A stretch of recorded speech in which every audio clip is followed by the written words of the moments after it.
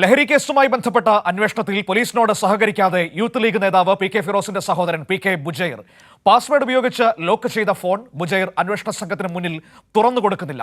Phone പരിശോധിച്ചാൽ ലഹരി ഇടപാടിന്റെ കൂടുതൽ വിവരങ്ങൾ ലഭ്യമാകും. ലഹരി പരിശോധനയ്ക്കിടെ പോലീസ് ഉദ്യോഗസ്ഥനെ ആക്രമിച്ചതിന് നിലവിൽ റിമാൻഡിലാണ് ബുജൈർ. ഈ മാസം 2-ാം തീയതിയാണ് കോഴിക്കോട് ചൂലാംവയലിൽ വെച്ച് ലഹരിമരുന്ന് പരിശോധനയ്ക്കിടെ പോലീസ് ഉദ്യോഗസ്ഥനെ ആക്രമിച്ച സംഭവത്തിൽ യൂത്ത് ലീഗ് നേതാവ് പി കെ ഫിറോസിന്റെ സഹോദരൻ പി കെ ബുജൈർ പിടിയിലാവുന്നത്. ബുജൈറിന്റെ വാഹന പരിശോധനയ്ക്കിടെയാണ് ആക്രമണം ഉണ്ടായത്. പരിശോധന നടത്തിയ CPO അജീഷിനെ മുഖത്തടിക്കുകയും നെഞ്ചിൽ ചവിട്ടുകയുമായിരുന്നു.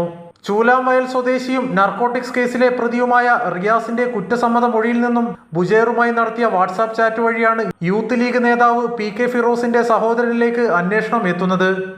ഇയാൾ അന്വേഷണവുമായി സഹകരിക്കുന്നില്ല എന്നാണ് പുറത്തുവരുന്ന വിവരം. വാഹന പരിശോധനയ്ക്കിടയിൽ കണ്ടെടുത്ത ഫോണിന്റെ ലോക്ക് തുറക്കുവാൻ പ്രതി സമ്മതിക്കുന്നില്ല. ഇക്കാര്യം കോടതിയെ ധരിപ്പിച്ച് സൈബർ സെല്ലിന്റെ സഹായത്തോടെ ഫോൺ തുറക്കാനാണ് അന്വേഷണ സംഘത്തിന്റെ തീരുമാനം. വരും ദിവസങ്ങളിൽ കൂടുതൽ പേരിലേക്കും അന്വേഷണം നീളാൻ സാധ്യതയുണ്ട്.